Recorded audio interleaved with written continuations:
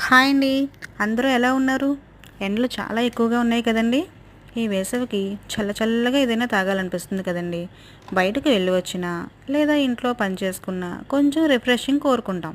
అలా రిఫ్రెష్ కావాలంటే కూల్‌గా ఏదైనా తాగాలనిపిస్తుంది. కూల్‌గానే కాదు, హెల్తీగా మంచి ఫ్లేవర్‌ఫుల్‌గా ఉండే రెస్టారెంట్ స్టైల్‌తో పైనాపిల్ మోజిటో చేసుకుందాం.